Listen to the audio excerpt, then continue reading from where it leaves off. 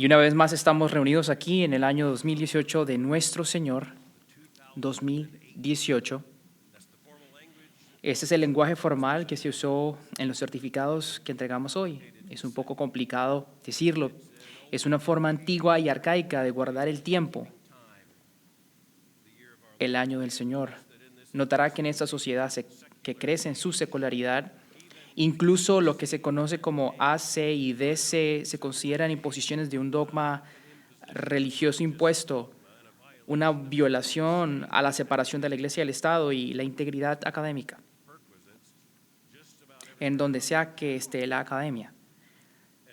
Como muchas veces lo he mencionado, suelen encontrar un tipo de deleite en el hecho de que la gente se siente que tiene que creer que puede borrar a Cristo, quitando las siglas AC antes de Cristo o AD, Anno Domini, y reemplazándolo con las siglas AEC antes de la era común.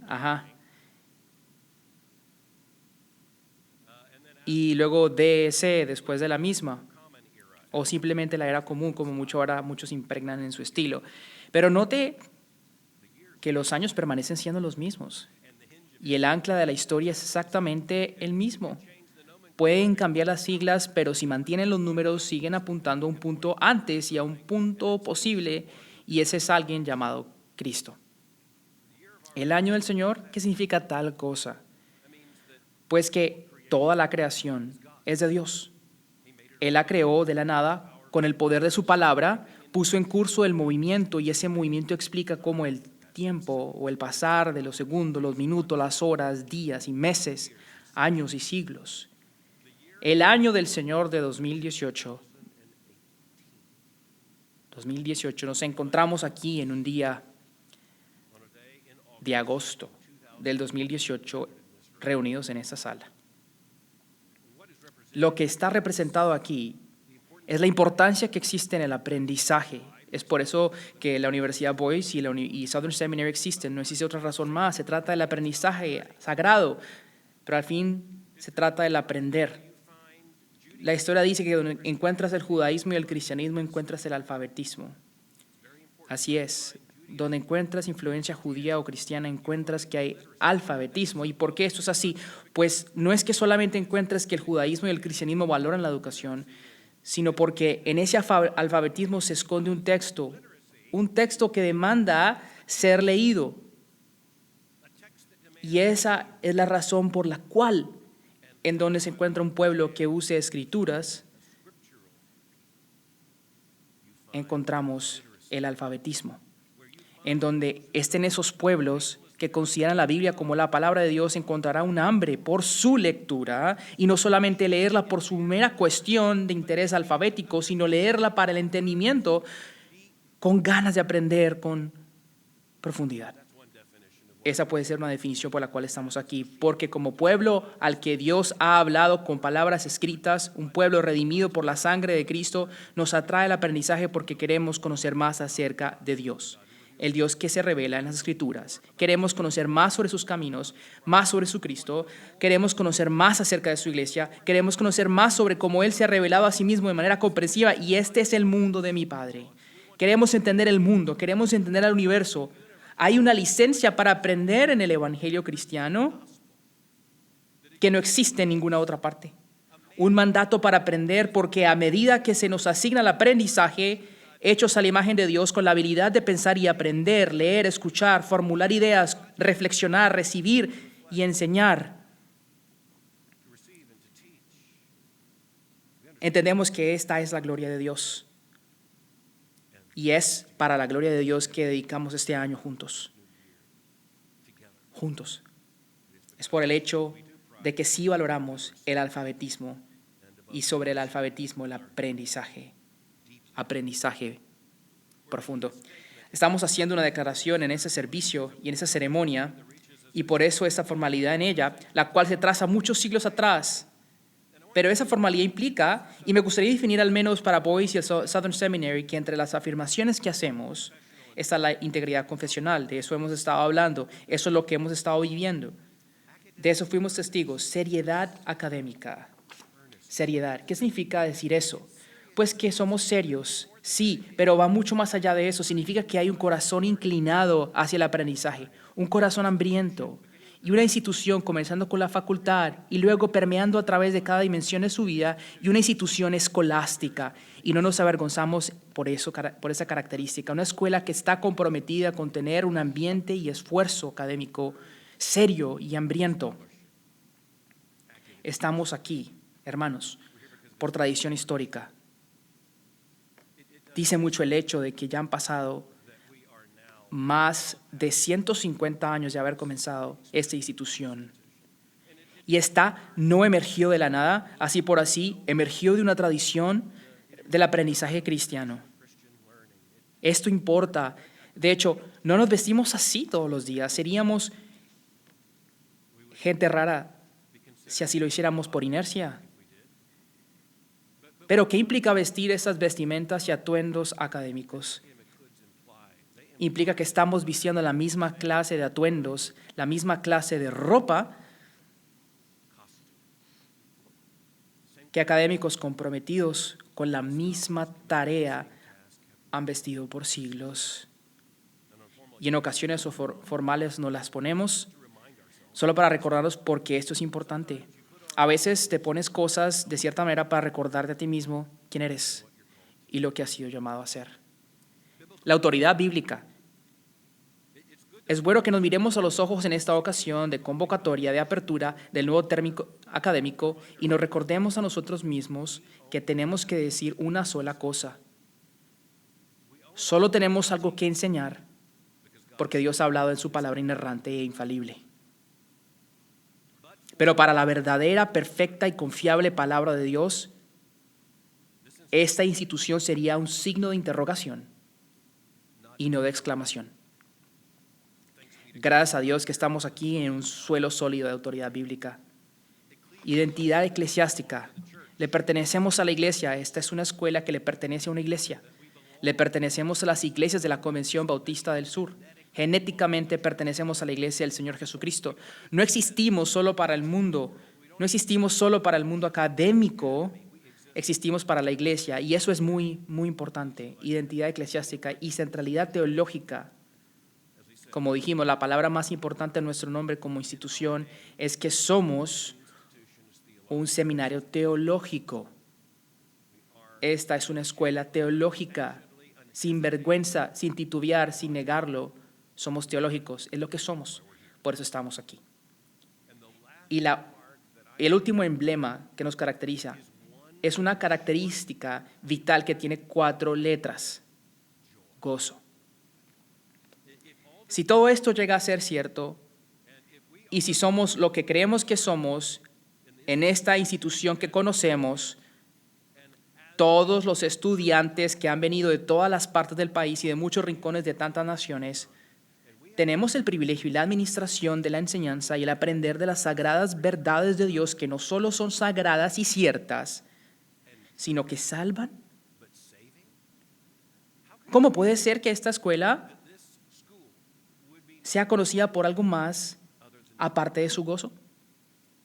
Así que oro por ustedes como estudiantes y la facultad y por todos los que conocen la institución. Oro para que tengan gozo en cada clase, gozo en cada ensayo, sí, gozo en cada examen, gozo en cada curso. Y por cierto, el gozo y la felicidad no son sinónimas. Quiero que sean felices, pero no siempre lo estarán. Esa fecha límite que se acerca, ese examen que viene, las responsabilidades en muchos casos no les harán felices, pero sí tendrán gozo, porque saben en su corazón que no cambiarían esto por nada más. Y hay muchas personas alrededor del mundo que les gustaría cambiar de posición contigo y con todos nosotros. Bueno, esta es la oportunidad 26 en la que he tenido para darle apertura a un nuevo año académico aquí en el Southern Seminary. Y la pregunta que me hice antes de llegar al servicio fue sobre qué texto predicaría.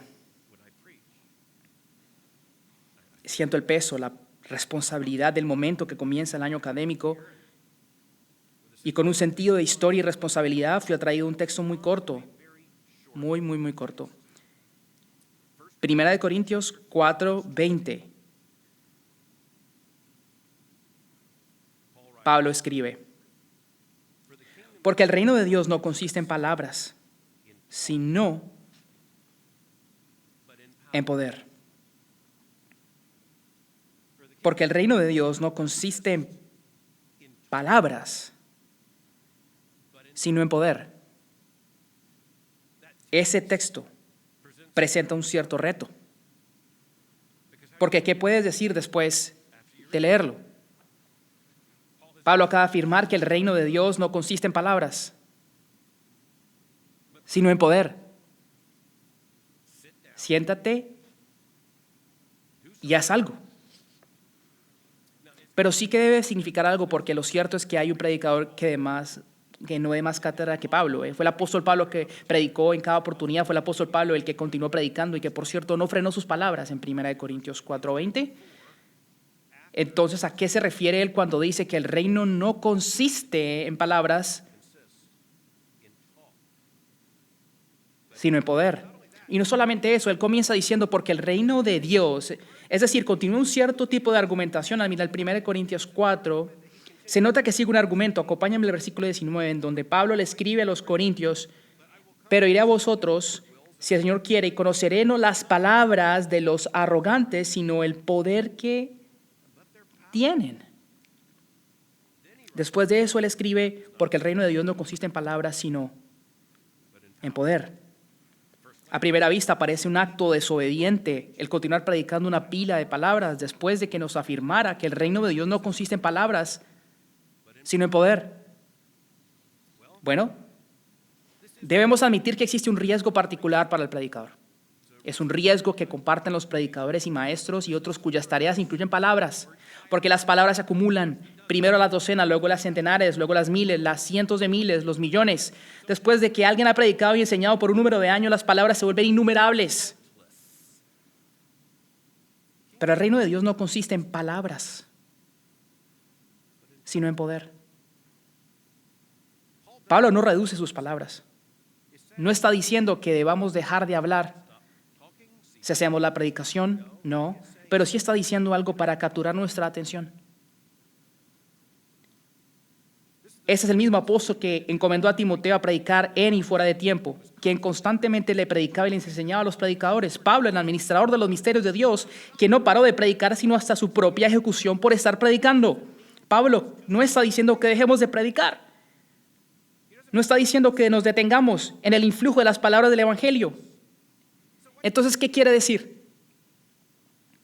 Pues el contexto nos dice una vez más, y ya conocemos el contexto del versículo 19, que involucra lo que venía sucediendo desde el principio de la correspondencia con los corintios. Y ciertamente lo que estamos viendo aquí es el conocimiento de que de verdad estamos leyendo lo que se considera canónicamente 1 Corintios y luego lo que sigue en 2 Corintios. El Espíritu inspiró a Pablo a escribir esas cartas a los corintios y por ende esas palabras son infalibles e inerrantes de parte de Dios y se encuentran en el Nuevo Testamento, pero sabemos que Pablo escribió otras 2 cartas a los corintios. Esa carta menciona una carta previa, 2 Corintios, menciona una carta que no fue 1 Corintios. Y me gusta mencionar esto cada vez que predico sobre Corintios porque veo que es necesario. Es que, hermanos, hay iglesias que se ponen el nombre de Iglesia Bautista de Corintios. Y de verdad que me pregunto muchas veces, ¿será que han leído 1 o 2 Corintios? Porque si les han leído, me imagino que se les haya ocurrido llamarse Iglesia Bautista de los Corintios. Es que mira el regaño que hay aquí. Y claro, Pablo está siendo desafiado por lo que se llamaban los superapóstoles, aquellos cuyas palabras habían sido tan persuasivas y aparentemente tan disruptivas, llamando la atención a sí mismos y a sus palabras en vez de llevar la atención al evangelio de Cristo. Y el trasfondo detrás de esto y el argumento en general aquí es sin duda un argumento muy largo con algunos desvíos y expansiones por aquí y por allá. La centralidad del evangelio y el peligro por la tendencia al faccionalismo están arraigados en la preocupación de Pablo. Aquellos que se definen por ser superapóstoles, estos predicadores con mucho carisma que se aparecen en Corinto, tenían un evangelio supuestamente de poder, con retórica poderosa, lo que creían ser y lo que consideraban con palabras poderosas. El dilema del apóstol Pablo era que aquellos parecían ser predicadores más poderosos que él.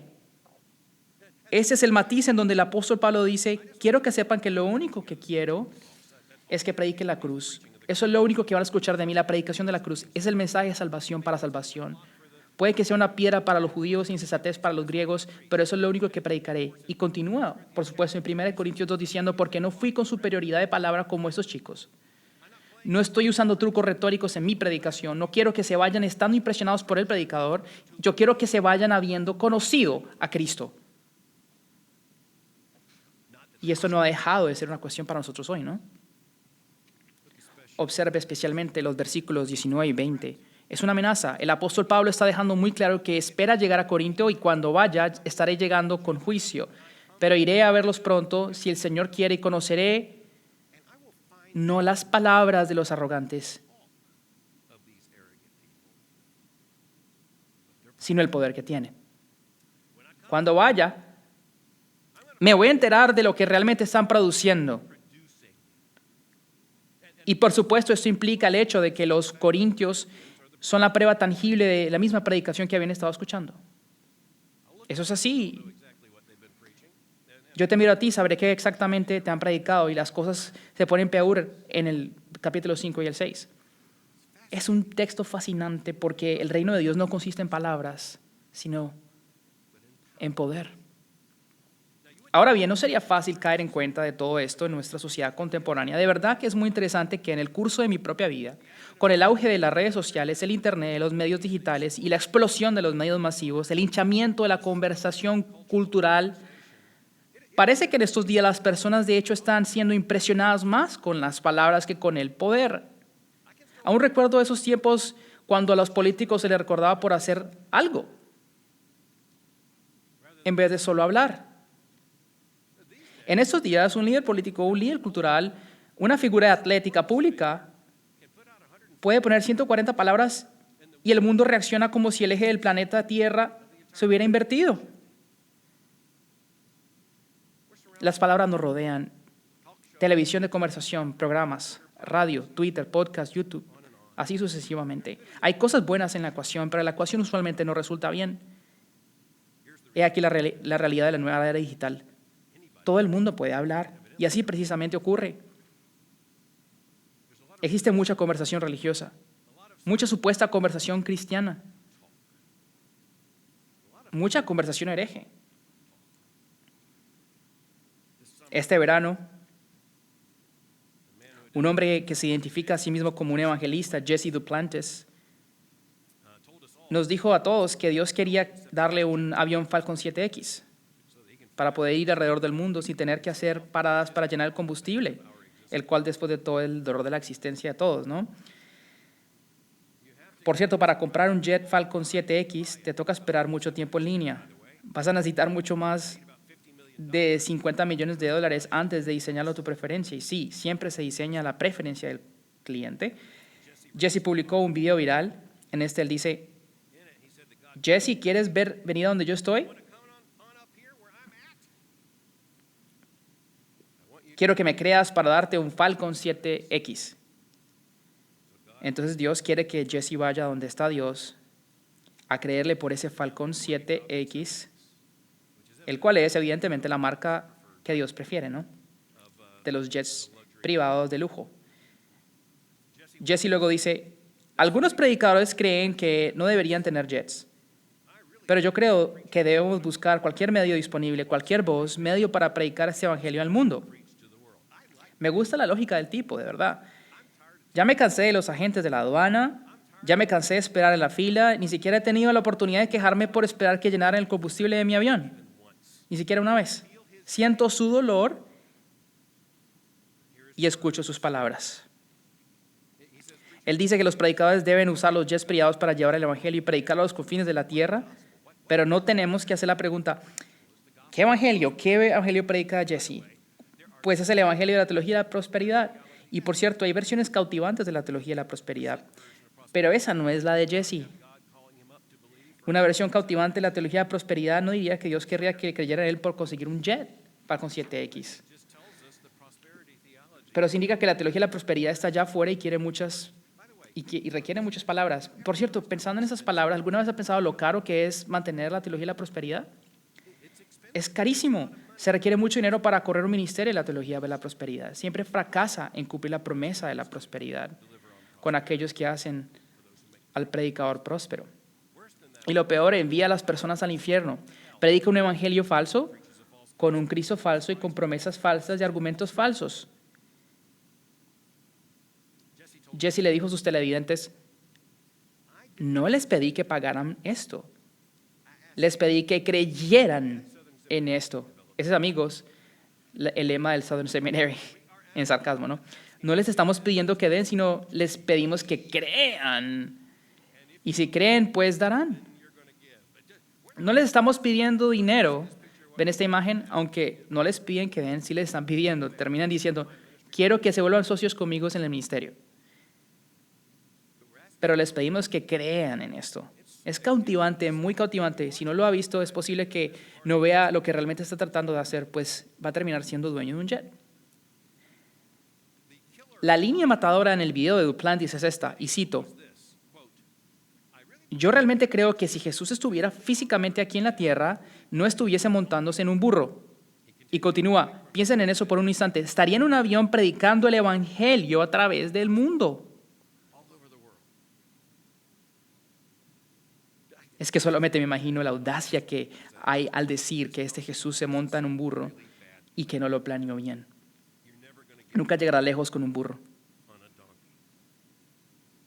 Yo entiendo el domingo de Ramos, pero sería mucho más poderoso con turbinas de propulsión a la reversa, en una pista. Es increíble. Jesús evidentemente fue encarnado fuera de tiempo, porque si Jesús estuviera vivo hoy, imagínense lo que pudiera hacer con un Falcon 7X. Señor, ¿por qué no me compras un Mercedes-Benz y un Falcon 7X? Ahora miramos esto porque son palabras horribles. El video fue viral y entendemos por qué. Porque hasta el mundo perdido secular, especialmente el mundo secular perdido, puede oler eso por lo que es. No les pido que den, les pido que crean en esto. Y nosotros jamás hablaríamos así. No hablaríamos así. Sabemos mucho más que eso. Pero ¿cómo es que hablamos? Si el reino de Dios no consiste en palabras, sino en poder, ¿en dónde está el poder? Los superapóstoles estaban buscando el poder equivocado, presentando un poder equivocado. Su predicación demostraba una clase de poder equivocado. Estaban fijando la atención sobre ellos mismos usando la retórica poderosa y presentando personalidades poderosas con todas las evidencias contemporáneas que tenemos y todas las palabras de confesión del apóstol Pablo. Él parece que no era lo que ahora definimos por ser un ser cautivante. Él no era, al menos en la manera que él dice ser, y por la crítica que es muy explícita de parte de los corintios, él no es alguien carismático. No es muy carismático, y lo digo en el sentido de carisma. Cuando él aparecía o se presentaba, él no necesariamente dominaba la sala con su personalidad. El apóstol Pablo muestra un poco de humor de aquí y por allá, pero es más que todo ironía. Es difícil imaginar al apóstol Pablo llegar y contar chistes. Simplemente no encaja. Los predicadores de poder, los superapóstoles, esos que eran tan impresionantes en Corinto, estaban en todos lados, tenían una palabra para cada ocasión, sus palabras eran poderosas, pero notarás que sus palabras fijaban la atención a ellos mismos y las palabras eran de distracción para la cruz. Hay sermones poderosos sobre la cruz. Quizás debamos recordar que en realidad no hay predicadores poderosos de la cruz, porque la cruz es el poder. La preocupación de Pablo era de que nada le robara la atención al poder de la cruz.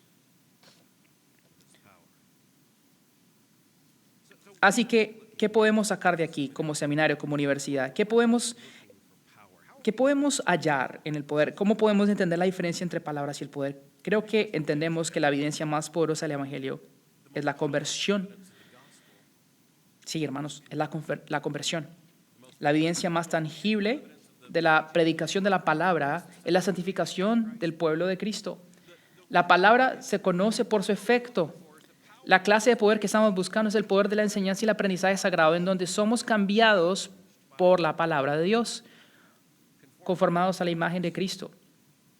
He aquí una idea radical. Quizá lo que esto significa para Boyce College y el Southern Seminary es que si el reino de Dios no consiste en palabras, sino en poder, entre más tiempo estamos aquí en el Boyce College, entre más estés matriculado en el Southern Seminary, entre más tiempo haces parte de esa familia y entre más tiempo enseñas entre la facultad, más parecidos nos volvemos a Cristo.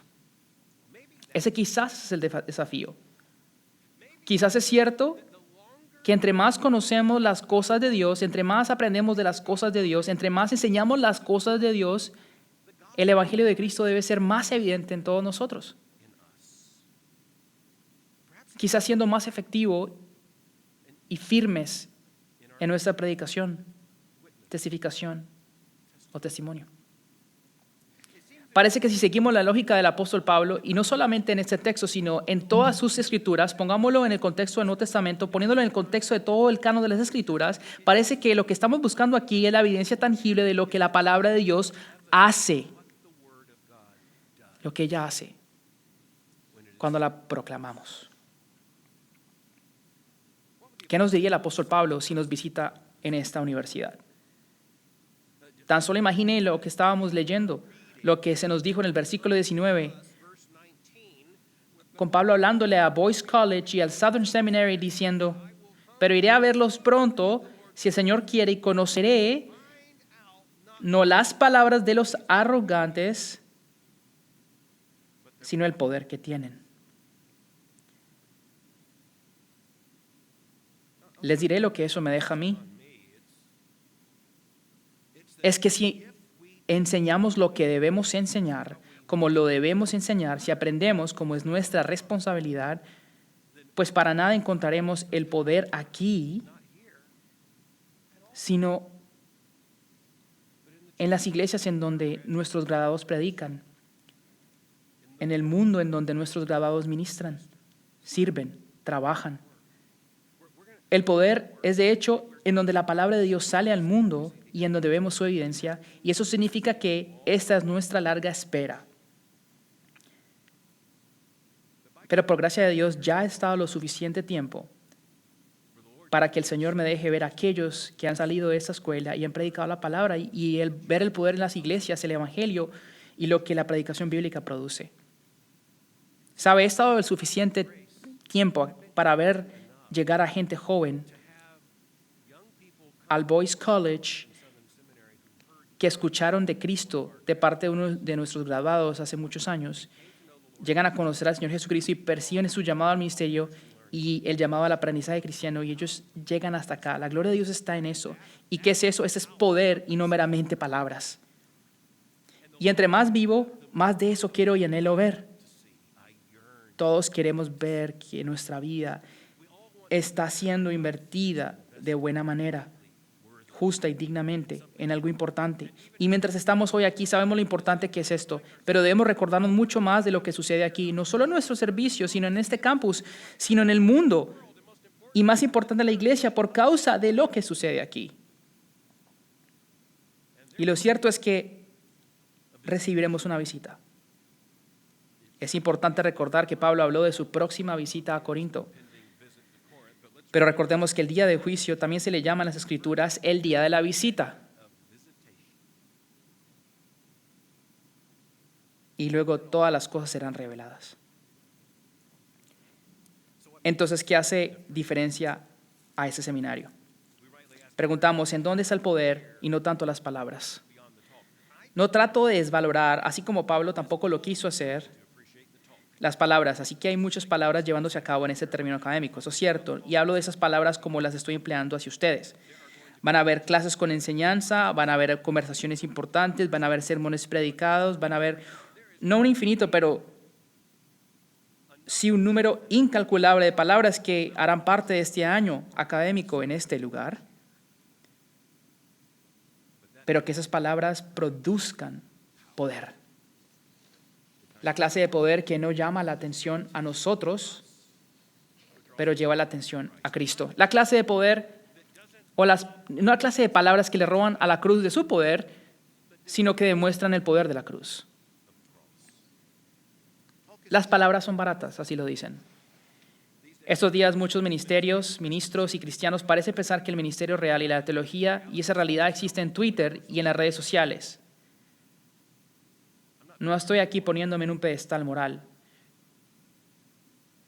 Yo también estoy allí. Pero debemos resistir la tentación de pensar que la realidad está allí. La realidad está en un ancianato, donde están aquellos que están desesperadamente solos, necesitando escuchar una palabra del Evangelio, una palabra de la Biblia, una palabra de ánimo. Un hombre joven me dijo una vez: no tengo ninguna oportunidad para predicar, pues no sabes dónde están las oportunidades para predicar. Hay muchos ancianatos alrededor de esa ciudad y esa tierra que desesperadamente necesitan a un hombre joven con la Biblia y enseñen. Hay gente que está necesitando hombres y mujeres jóvenes, hombres y mujeres de edad mayor que visiten los hogares y lleven el Evangelio, golpeen las puertas y hablen de Jesús. Lo que importa no es lo que sucede en Norton Hall o en Cook Hall o en cada aula de clase física o virtual. Lo que importa es que lo que suceda en los corazones humanos, lo que se escucha en los oídos humanos, y sea o no que las escrituras hayan entrado el oído por el Espíritu de Dios y entre el corazón. Es fácil ser grandes en las redes sociales. Francamente, es fácil ser grandes en el púlpito. Ese fue el problema de los corintios. La gente se engrandecía en los púlpitos, pero no en Cristo. El poder te llevará lejos, pero no te llevará a donde más importa. No te llevará a donde más importa. Lo cual, esta conversación te lleva a donde está uno a uno, donde está el poder, la vida, el pecado, juicio, dolor, esperanza. El poder del Evangelio y la palabra de Dios les llevará a lugares donde ninguna palabra les llevará. Y donde las palabras no solamente nunca te llevarán, pero jamás te guiarán. Y nunca te guiarán. Es interesante que el versículo 20, de hecho, no comienza hablando de las palabras y el poder, sino que Pablo nos dice que porque el reino de Dios no consiste en palabras, sino en poder. Pablo menciona el reino de Dios en todas sus escrituras canónicas 12 veces, 5 de ellas en 1 de Corintios. Pablo aquí nos está hablando del reino de Dios, el reino de Dios, el reinado de Dios que ya está pero aún no, el reinado de Dios inaugurado en Cristo y en últimas apuntándonos a un cumplimiento escatológico y consumación. El reinado de Dios requiere muchas palabras, primero que todo palabras de Dios, pero no consiste en palabras, sino en poder. Pablo es consistente en esto. Miremos a 1 Tesalonicenses 4 al 5, en donde Pablo escribe: sabemos, hermanos, amados por Dios, de la elección de ustedes, porque nuestro evangelio no vino a ustedes solamente en palabras, sino en poder y en el Espíritu Santo y con plena convicción. ¿Cómo saben qué clase de personas demostramos ser entre ustedes por el amor que les tenemos? ¿Acaso no es interesante ese patrón de 3 variantes? Vinimos a ustedes no solo en poder, ahí está en poder, y en el Espíritu, sino con plena convicción. Escuchemos, en plena convicción. ¿No es eso lo que queremos y por lo que oramos? Oramos para que en el Boys College y en Southern Seminary, en donde sea que haya palabras, haya poder y el Espíritu Santo y plena convicción. Por eso estamos orando. Con el tiempo será demostrado qué clase de hombres y mujeres somos, no solo en la visita de Pablo, sino en la vida y en el día de la visita. Nos enteraremos si fuimos meras palabras o si había poder. ¿Qué clase de seminario, universidad, maestro, alumno, ministro, cristiano somos? Todo será revelado. Podemos ver destellos de la respuesta aún ahora. Porque el reino de Dios no consiste en palabras, sino en poder. Es tentador decir que así sea. Señor, que así sea. De hecho, no lo tenemos que orar. Ya ha sido declarado. Señor, así será. Que entre nosotros se demuestre que el reino de Dios no meramente se trata de palabras, sino en poder. Oremos. Padre, estamos muy agradecidos que nos has hablado. Oramos que por lo que somos en ti y solamente en ti, ¿quién eres tú? Demostrado en tu pueblo, lo que creemos y lo que sabemos que es cierto, está revelado en tu palabra, que el reino de Dios será demostrado aquí, no solamente en palabras, sino en poder. Oramos eso en el nombre del Señor Jesucristo. Amén.